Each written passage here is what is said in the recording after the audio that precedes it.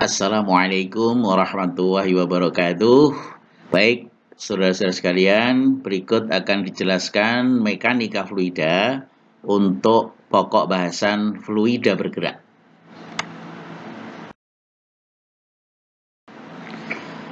Fluida bergerak artinya ada aliran atau pergerakan dari fluida tersebut. Nah, pada bagian ini akan dibahas beberapa sub pokok bahasan. Yang pertama adalah pengertian tentang debit aliran fluida. Jika fluida mengalir melalui suatu pipa dengan kecepatan rata-rata alirnya sebesar V dan luas penampang pipa sebesar A, maka dalam waktu T detik, tiap bagian fluida akan menempuh jarak sejauh S sama dengan V kali T. Jadi sama dengan persamaan gerak lurus beraturan. S jarak, V kecepatan, dan T adalah waktu. Nah, volume fluida yang berpindah sepanjang perjalanan S sama dengan V kali T tadi, itu sebesar A kali V kali T. Di mana V kali T adalah jarak perpindahannya, kemudian A adalah luas penampangnya.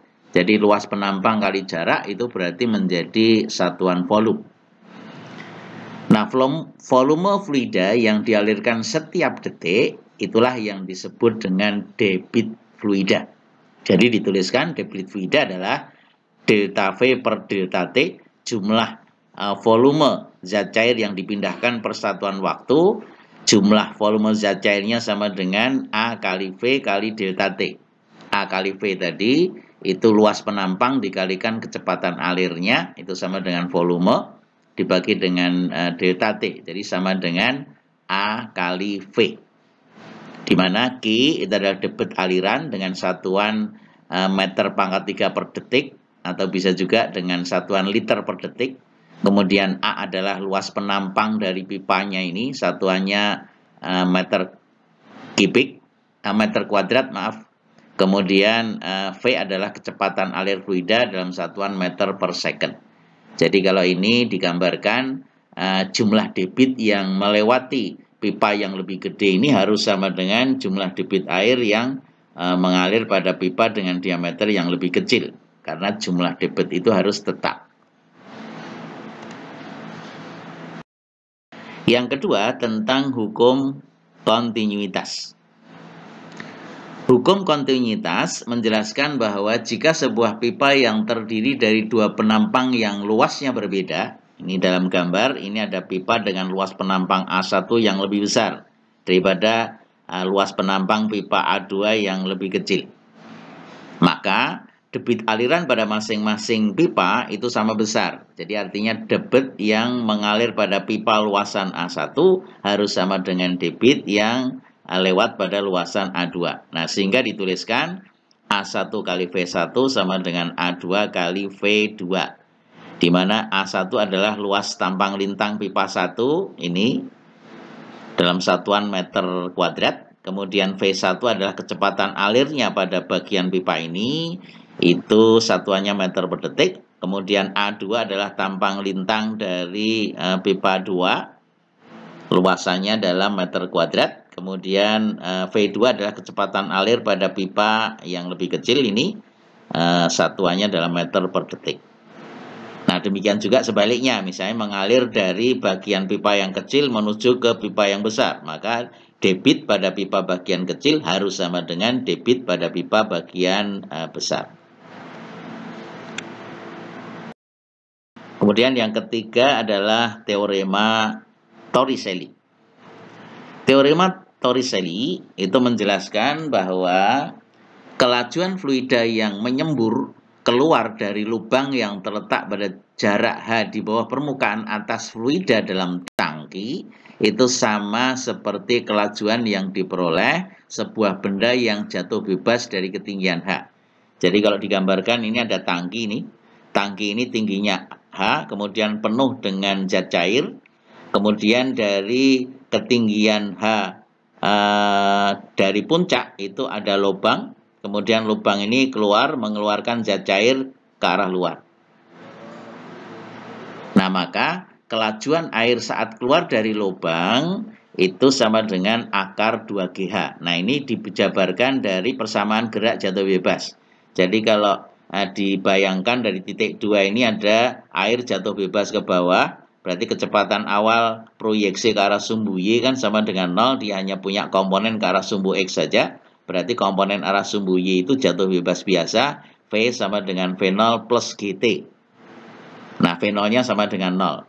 Kemudian waktu jatuhnya itu pakai persamaan H sama dengan V0T plus setengah GT kuadrat. V0-nya sama dengan 0, jadi hanya setengah GT kuadrat saja. Kalau H-nya tahu, berarti T-nya bisa ketemu. Nah, kemudian kecepatan ketika sampai di bawah, V sama dengan V0 plus GT. V0-nya sama dengan 0, seperti jatuh bebas.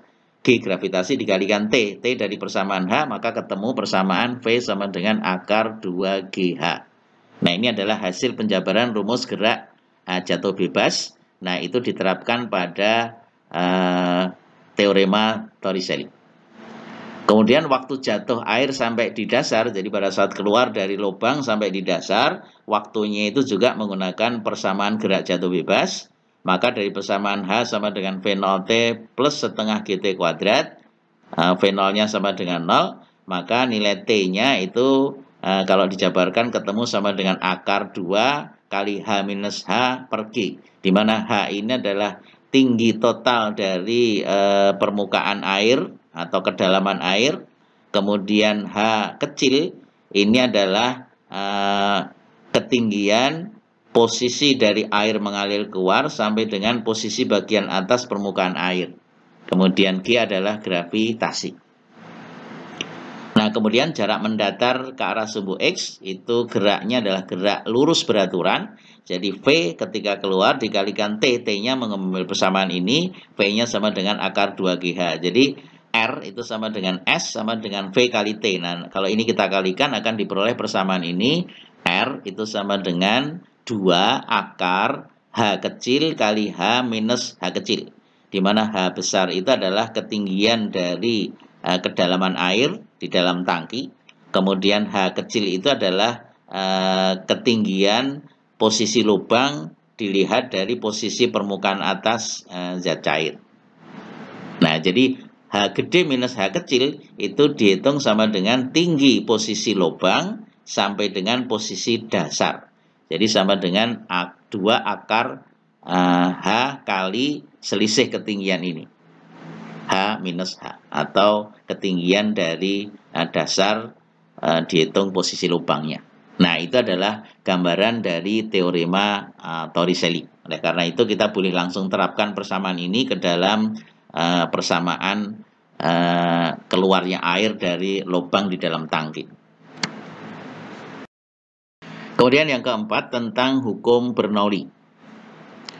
Hukum Bernoulli itu menjelaskan bahwa jika kecepatan air fluida tinggi, maka tekanan akan rendah. Sebaliknya, jika kecepatan alirnya rendah, maka tekanannya akan tinggi atau akan lebih besar. Nah, kedua relasi ini bernilai konstan, jadi artinya nilainya tidak berubah, yang dinamakan hukum Bernoulli. Nah, sehingga persamaan hukum Bernoulli dapat dituliskan secara umum sebagai berikut, bahwa P plus rho GH ditambah setengah rho V kuadrat itu nilainya tetap atau konstan. Jadi P adalah tekanan pada pipa, satuannya dalam Newton per meter kuadrat. Kemudian rho ini adalah rapat massa zat alir di dalam fluid pipa tadi, satuannya massa per volume, jadi kilogram per meter pangkat 3. Kemudian H ini adalah ketinggian atau posisi pipa dalam satuan meter. Kemudian V ini adalah kecepatan alir fluida pada pipa, satuan meter per second. Sedangkan G adalah percepatan gravitasi bumi, satuannya meter per second. Ya, ini salah ketik, bukan meter per second pangkat 3, tapi meter per second. Kalau kita ambil nilai teori diambil 10 meter per second kuadrat, tapi kalau kita pengen nilai yang tepat, ya kita menggunakan nilai 9,8 meter per second kuadrat. Nah, dari persamaan Bernoulli ini, kalau misalnya kita lihat, ini ada pipa. Pipa ini diameternya kecil, kemudian naik ke atas dengan diameter yang lebih besar. Kalau ini tekanan ketika masuk ke dalam pipa sama dengan P1, kemudian luas penampangnya sama dengan A1, kemudian posisi ketinggiannya sama dengan H1, kemudian ngalir naik ke atas, luas penampang pipanya lebih gede menjadi A2, kemudian ketinggiannya sama dengan H2, dan tekanan ketika sampai di bagian atas itu sama dengan P2, maka kalau kita terapkan hukum Bernoulli menjadi P1 tekanan di sini ditambah setengah rho V1 kuadrat kecepatan alirnya di sini ditambah rho GH1 ketinggian dari dasar itu harus sama dengan P2 tekanan di bagian atas ditambah setengah rho V2 kuadrat kecepatan alir ketika di atas ditambah dengan rho GH2 yaitu posisi ketinggian di bagian pipa bagian atas. Nah, ini nilainya sama. Nah, itu adalah bagaimana menerapkan hukum Bernoulli yang ada perubahan ketinggian dan perubahan luasan serta perubahan tekanan pada dua bagian yang ukurannya berbeda. Nah, contoh penerapan hukum Bernoulli itu salah satunya adalah penerapan yaitu pada desain sayap pesawat terbang. Nah, agar terjadi gaya angkat pada pesawat terbang, maka bentuk atau desain dari sayap pesawat itu dibuat sedemikian sehingga terjadi kecepatan alir yang berbeda antara bagian atas sayap pesawat dan bagian bawahnya. Jadi kalau desainnya seperti ini kita lihat ya, ini bagian di depan ini naik ke atas, kemudian baru turun landai, sementara bagian bawah itu desainnya relatif lebih lurus. Nah, sehingga kalau ada aliran udara yang melewati sayap ini, maka dia akan bergerak naik ke atas, kemudian turun ke bawah. Nah, sehingga bagian atas ini kecepatan alirnya akan lebih besar. Sementara yang lewat bagian bawah karena tidak banyak perubahan bentuknya, kalau ini kan naik terus turun lagi, ini relatif lurus, maka tekanan kecepatan alirnya akan lebih rendah. Nah, ini kecepatan alirnya lebih rendah, maka dengan menggunakan hukum Bernoulli tadi, kalau kecepatannya besar, maka tekanannya akan turun atau rendah, karena jumlahnya konstan. Jadi kalau alirannya rendah, maka tekanannya akan lebih besar. Nah, sehingga bagian bawah dari sayap dan bagian atas dari sayap itu ada selisih tekanan. Tekanan dari bawah lebih besar daripada tekanan dari atas. Nah, itulah yang memberikan gaya angkat dari pesawat. Nah, jadi kalau kita lihat dari gambaran pesawat ini ada gaya berat pesawat, kemudian ada gaya angkat, itu karena ada selisih tekanan akibat adanya aliran udara yang melewati pada bagian sayap. Kemudian ini ada gaya hambatan yang berada di depan pesawat. Kemudian pesawat ini ada mesin yang mendorong, ada gaya dorongnya. Jadi gaya dorong ini yang menyebabkan perubahan kecepatan alir pada sayap, dan perubahan ini menyebabkan gaya angkat sehingga pesawat akan terangkat ke atas. Nah, itu adalah prinsip dari hukum Bernoulli yang diterapkan pada desain sayap pesawat terbang. Nah, berikut akan diberikan beberapa contoh soal untuk lebih mudah memahami apa yang kita bahas dalam teori tadi. Contoh soal yang pertama, ada pompa listrik memompa air melalui pipa dengan tampang lintang 20 cm kuadrat. Ini ada tampang lintang pipanya. Kemudian kecepatan pompa mengalirkan air melalui pipa tadi, itu kecepatannya 2 meter per second. Jadi ini pompanya, kemudian pompa air dari tanah naik ke atas. Nah, kecepatan alirnya ini masuk ke toren di atas, itu kecepatannya 2 meter per second. Kemudian ukuran dari pipanya ini sama dengan 20 cm kuadrat. Yang ditanyakan adalah, hitunglah debit air melalui pipa. Jadi debitnya ini berapa? Kemudian yang kedua, jika pipa mengalirkan air ke bak penampungan kapasitas torennya itu sebesar 2,4 meter kubik, berapa lama ini bak akan penuh?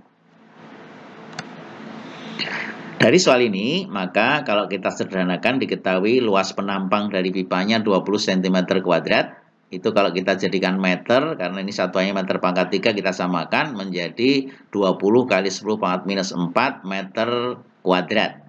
Dari senti ke meter naik 2, kita kuadratkan jadi 4. Kemudian kecepatan mengalirnya zat cair 2 meter per second di dalam pipa. Kemudian volume dari toren ini sama dengan 2,4 meter pangkat 3 atau meter kubik. Nah, waktu sampai penuh ini berapa lama T-nya? Nah, untuk menyelesaikan ini, kita menghitung debit air. Jadi debit air adalah jumlah air yang dialirkan per satuan waktu. Persamaan debit air tadi sama dengan A kali V, di mana A adalah luas penampang, kemudian V adalah kecepatan alirnya. Jadi A-nya sama dengan 20 kali 10 pangkat minus 4 meter kuadrat, kemudian V kecepatan alirnya sama dengan 2 meter per second, maka ketemu debitnya sama dengan 4 kali 10 pangkat minus 3 meter kubik per detik. Nah, itu adalah debit airnya. Nah, kalau kita nyatakan dengan volume yang dipindahkan dari pipa ini masuk ke dalam toren, maka debit air itu Q sama dengan volume yang dipindahkan per satuan waktu atau V per T. Nah, debitnya sudah dihitung sebesar 4 kali 10 pangkat minus 3 meter kubik per detik. Jadi kalau kita hitung V per T-nya, volume per waktu, itu sama dengan 4 kali 10 pangkat minus 3 meter kubik per detik, ya. Nah, sedangkan V-nya itu sama dengan volume dari tangki. Volume dari tangki sebesar 2,4 meter kubik dibagi T sama dengan 4 kali 10 pangkat minus 3 meter kubik per second. Maka T-nya itu ini dibalik menjadi 2,4 dibagi dengan 4 kali 10 pangkat minus 3. Satuannya detik. Ini meter pangkat 3-nya habis. Nah, dari satuan ini maka diperoleh hasil 600 detik. Nah, 600 detik kalau kita jadikan menit, ya dibagi 60, karena 1 menit 60 detik, maka hasilnya sama dengan 10 menit. Nah, itulah gambaran ketika pompa ini mengalirkan air dengan debit sebesar 4 kali 10 pangkat minus 3 meter pangkat 3 per detik, maka tangki ini akan penuh dalam waktu 10 menit. Contoh nomor 2. Sebuah toren atau tangki air tingginya 1,8 meter. Jadi 1,8 meter adalah ukuran tinggi torennya. Kemudian toren ini berisi penuh dengan air. Nah, toren diletakkan di atas menara atau dudukan dengan ketinggian 5 meter. Jadi ini menaranya tingginya 5 meter. Kemudian pada bagian alas atau bagian bawah dari toren terdapat lubang keluar air. Jadi ini ada keran pembukanya gitu dari bagian bawah. Nah, yang ditanyakan hitunglah yang pertama kelajuan keluarnya air dari lubang toren. Jadi dari sini keluar itu berapa kecepatannya. Kemudian yang kedua waktu jatuhnya air saat keluar sampai tanah. Jadi dari saat keluar dari tangki kemudian sampai di tanah ini berapa lama waktunya. Kemudian yang ketiga, posisi mendatar jatuhnya air di tanah di mana ini gitu. Jadi jatuhnya ini di mana, kita menghitung jarak R-nya atau jarak X-nya. Nah, dari penjelasan sebelumnya tadi itu diperoleh persamaan V itu kecepatan keluarnya air sama dengan akar 2GH, di mana H ini adalah posisi ketinggian air di atasnya. Kemudian T adalah waktu jatuhnya, itu sama dengan akar 2 kali H minus H kecil per G. H besar itu adalah total jarak dari dasar sampai permukaan bagian atas air. Kemudian G adalah percepatan gravitasi, sedangkan R itu adalah jarak mendatar sama dengan 2 akar H kecil dikalikan H besar minus H. Jadi H kecil adalah jarak isi airnya ini dari lubang. Kemudian H besar dihitung dari dasar sampai permukaan atas air. Nah, ini diketahui berarti H-nya ini sama dengan 1,8. Kemudian H2 adalah jarak dari dasar sampai dengan posisi lubang. Itu sama dengan 5 meter.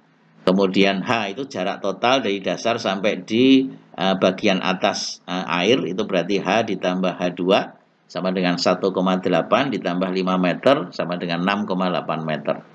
Nah, jadi kalau kita hitung pertama kelajuan keluarnya air, berarti persamaan ini yang kita pakai, V sama dengan akar 2GH. Jadi sama dengan akar, ini saya tulis pangkat setengah, 2, G-nya diambil 10 kali H sama dengan 1,8. Hanya adalah dihitung lubang sampai di posisi atas air. Nah, ini kalau kita hitung ketemunya V sama dengan akar 36.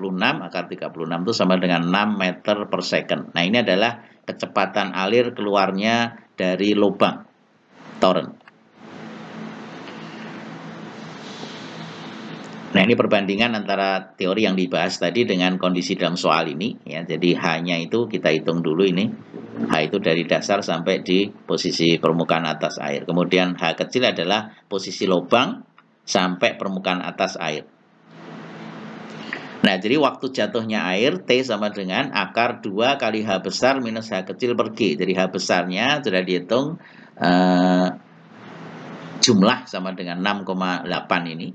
Jadi T-nya sama dengan akar 2H dikurangi H kecil per G. Kalau kita masukkan akar 2 H besarnya 6,8 dari sini dikurangi dengan H kecil. H kecil adalah tinggi lubang sampai permukaan atas air 1,8 dibagi dengan G diambil 10 meter per second kuadrat. Ini akar ya. Nah, ini kalau kita hitung ketemunya sama dengan 1. Jadi akar 1 ketemunya 1 detik. Jadi waktu dari saat air keluar dari lubang torrent sampai di dasar perlu waktu 1 detik. Berapa posisi jatuhnya air sampai di dasar ini? Jarak mendatarnya R sama dengan 2 akar H kecil kali H gede minus H kecil. Jadi R sama dengan 2 H kali H besar min H kecil. Ini akar. Ini saya tulis pangkat setengah. Jadi sama dengan 2 kali 1,8. Kemudian 6,8 itu adalah H besar dikurangi H kecil 1,8 ini. Nah, ini kalau kita hitung ketemunya R2 akar 9. Akar 9 itu sama dengan 3, jadi sama dengan 6 meter. Jadi artinya posisi jatuhnya air itu sama dengan 6 meter dari posisi ujung dari torrent ini ke kanan. Itu adalah jarak mendatarnya.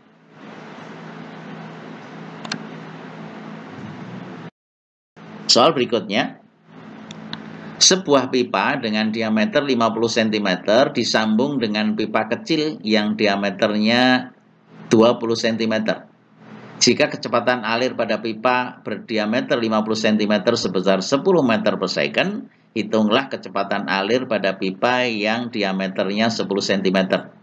Selanjutnya hitung debit alir yang keluar dari ujung pipa kecil. Jadi ini pipa besarnya, pipa kecil. Nah, maka debit pada pipa besar ini harus sama dengan debit pada pipa kecil. Jadi A1 kali V1 harus sama dengan A2 kali V2, di mana A adalah luas penampangnya, kemudian V adalah kecepatan alirnya di bagian 2 dan 1. Nah, soal ini kalau kita sederhanakan, diketahui diameternya ini 50 cm, berarti jari-jarinya sama dengan setengah diameter 25 cm. Kemudian diameter yang kedua, D2 sama dengan 20 cm, maka jari-jari pada pipa kecilnya sama dengan setengah D 10 cm. Kemudian kecepatan alir pada pipa yang besar diketahui 10 meter per second. Nah, kecepatan alir pada pipa kecilnya berapa? Itu pertanyaannya. Nah, penyelesaiannya menggunakan persamaan kontinuitas ya. Menurut hukum kontinuitas, maka berlaku persamaan tadi ini A1V1 sama dengan A2 kali V2. Karena ini diketahui dalam jari-jari, maka luas penampangnya itu sama dengan luas lingkaran. Ingat, rumus luas lingkaran itu sama dengan PR kuadrat. Jadi A1 sama dengan PR1 kuadrat. A2 sama dengan PR2 kuadrat. Nah, sehingga kalau ini kita samakan, Pi itu konstanta, jadi bisa diringkas, maka persamaannya tinggal R1 kuadrat kali V1 sama dengan R2 kuadrat kali V2. R1-nya diketahui, sudah dihitung, sama dengan 25 cm. Kemudian V1-nya kecepatan alir diketahui 10 meter per second. Kemudian R2, jari-jari pipa kecilnya sama dengan setengah D2, 10 cm, sudah dihitung, dikalikan V2, kecepatan alir pada pipa 2. Jadi V2 sama dengan 25 kuadrat, 625 kali 10, dibagi dengan 10 kuadrat 100. Jadi ketemunya V2 sama dengan 62,5 meter per detik. Nah, itu adalah kecepatan alir zat cair pada pipa kecil. Ketemunya 62,5 meter per second. Nah, berapa debitnya? Maka debit persamaannya adalah luas penampang dikalikan dengan kecepatan alir atau A kali V itu sama dengan debit. Jadi debit yang keluar pada pipa kecil sama dengan A2 kali V2. A2-nya sama dengan PR2 kuadrat dikalikan V2. V2-nya diketahui sudah dihitung 62,5. Jadi sama dengan debit P dikalikan R2 kuadrat, R2-nya sama dengan 10 kuadrat, dikalikan V2, 62,5 dari hitungan kita. Maka kalau kita hitung, itu ketemunya 19.643 meter kubik per detik. Itu yang dialirkan debit pada pipa.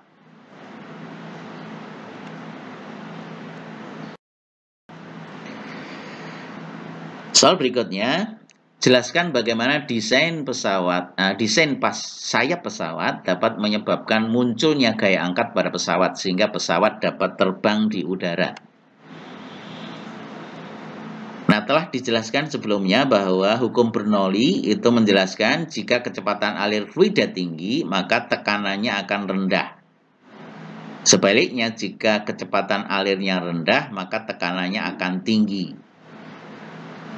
Nah, desain pesawat itu didesain sedemikian sehingga kecepatan alir bagian atas sayap itu akan lebih besar dari bagian bawah. Itu yang mengakibatkan tekanan yang di bawah itu akan lebih besar dibandingkan dengan tekanan yang di atas, sehingga akan menimbulkan gaya angkat.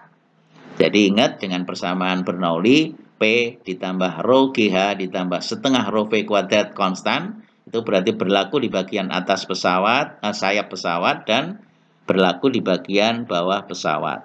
Jadi kalau bagian atas itu karena bentuknya naik terus langsung turun, berarti kecepatan alirnya akan lebih besar. Sementara di bagian bawah itu lebih landai, tidak ada perubahan arah, maka kecepatan alirnya akan lebih rendah. Nah, kalau kecepatan alirnya lebih kenceng, berarti P-nya lebih kecil karena nilai ini harus konstan. Sedangkan rho GH relatif ketinggiannya kan sama, tidak ada perubahan. Nah, sehingga kalau di bagian bawah ini kecepatan alirnya lebih rendah, maka P-nya akan lebih besar. Sehingga tekanan bagian bawah sayap pesawat lebih besar dari tekanan bagian atas pesawat. Sehingga itu yang menimbulkan gaya angkat dari pesawat. Nah, sehingga gaya-gaya pada pesawat menjadi seperti ini. Ini mesin pendorong itu untuk menggerakkan sayap supaya terjadi kecepatan aliran yang berbeda.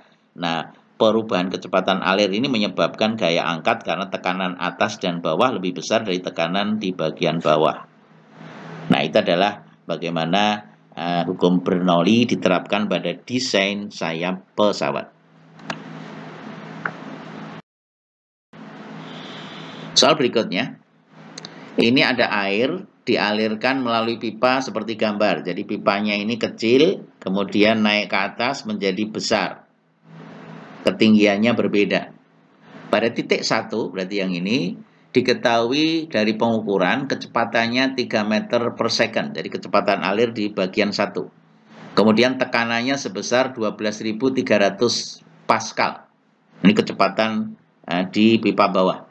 Kemudian pada titik 2 yang di atas, memiliki posisi 1,2 meter. Jadi tingginya ini selisih dengan yang di bawah, itu sama dengan 1,2 meter, lebih tinggi. Kemudian mengalirkan zat cair dengan kecepatan V2 sama dengan 0,75 meter per second. Jadi V2 di atasnya ini sama dengan 0,75. Dengan menggunakan hukum Bernoulli, tentukan berapa tekanan pada titik 2. Jadi tekanan 2 berapa. Nah, ini kalau kita gunakan persamaan hukum Bernoulli, berarti P1 ditambah setengah rho V1 kuadrat di pipa 1 ditambah rho GH1 di sini harus sama dengan di pipa bagian 2, P2 ditambah setengah rho V2 kuadrat ditambah dengan rho GH2. Nah, kalau soal ini kita sederhanakan, berarti V1 sama dengan 3 meter per second, kecepatan alir di pipa bawah kecil, kemudian P1 tekanannya 12.300 Pascal, Dari sini, kemudian V2 kecepatan mengalirnya di atas sama dengan 0,75 meter per second, tinggi H2-nya sama dengan 1,2 meter, karena ini posisi dasar dianggap sebagai ketinggian 0, maka H1-nya nanti diambil sama dengan 0, nah P2 akan kita hitung berapa. Jadi penyelesaiannya kita menggunakan persamaan hukum Bernoulli, P1 ditambah setengah rho V1 kuadrat ditambah rho GH1 sama dengan P2 ditambah setengah rho V2 kuadrat ditambah rho GH2. Pada titik 1 itu tidak memiliki ketinggian, H1-nya dianggap 0, sehingga ini menjadi 0, maka persamaannya tinggal P1 ditambah setengah rho V1 kuadrat sama dengan P2 ditambah setengah rho V2 kuadrat ditambah rho GH2. Nah, maka P2 dapat dicari dengan melanjutkan persamaan ini. Kalau kita masukkan nilai-nilai yang ada, itu akan diperoleh sebagai berikut. Ini dari persamaan umumnya dulu. Kalau kita bawa ke ruas kanan menjadi P2 sama dengan P1 ditambah setengah rho V1 kuadrat. Dari ruas kanan kiri di bawah ke ruas kanan jadi minus setengah rho V2 kuadrat minus rho GH2. Nah, jadi P2 sama dengan P1 ditambah setengah rho, ini V1 kuadrat min V2 kuadrat, rho-nya sama, dikurangi rho GH2. Jadi P2 sama dengan 12.300 Pascal tadi diketahui, ditambah setengah rho-nya 10⁻³ kg per meter kubik. Kemudian V1 kuadratnya sama dengan 3 kuadrat, V2-nya di atas sama dengan 0,75 meter per second kuadrat. Nah, jadi kalau ini kita hitung, dikurangi, ini lanjutan ya, dikurangi rho GH2, rho-nya 10⁻³ kg per meter pangkat 3, kemudian gravitasinya ini diambil 9,8 ya, meter per second kuadrat, kemudian H2-nya sama dengan 1,2 meter. Nah, ini kalau kita hitung, itu ketemunya tekanan P2 sama dengan 4,080 Pascal. Nah, tekanan yang kita hitung P2 ini adalah tekanan titik 2 adalah tekanan relatif, yaitu tekanan yang didapat dari hasil perhitungan ini, atau kalau dalam praktikum ya dari alat ukur yang kita pakai untuk menentukan nilai tekanan dengan alat namanya pressure gauge ya. Nah, untuk mendapatkan berapa nilai tekanan absolutnya, itu berarti harus ditambah dengan tekanan atmosfer yang ada di sekitarnya atau di luar. Sehingga tekanan totalnya atau tekanan absolutnya itu dengan menambahkan tekanan atmosfer itu sebesar 1,01 kali 10⁻⁵ Pascal. Nah, ini kalau kita hitung, maka P absolut sama dengan P2 dari hasil perhitungan ini 4,080 Pascal ditambah dengan P0. Itu tekanan atmosfer sama dengan 1,01 kali 10⁻⁵ Pascal. Nah, ini kalau kita jumlahkan, ini kita jadikan 10⁻⁵ keluar, berarti menjadi 0,04080 ditambah dengan 1,01. Jadi kalau kita hitung ketemunya 1,0508 kali 10⁻⁵ Pascal. Nah, itu adalah tekanan mutlak atau tekanan total pada pipa bagian 2 atau titik 2.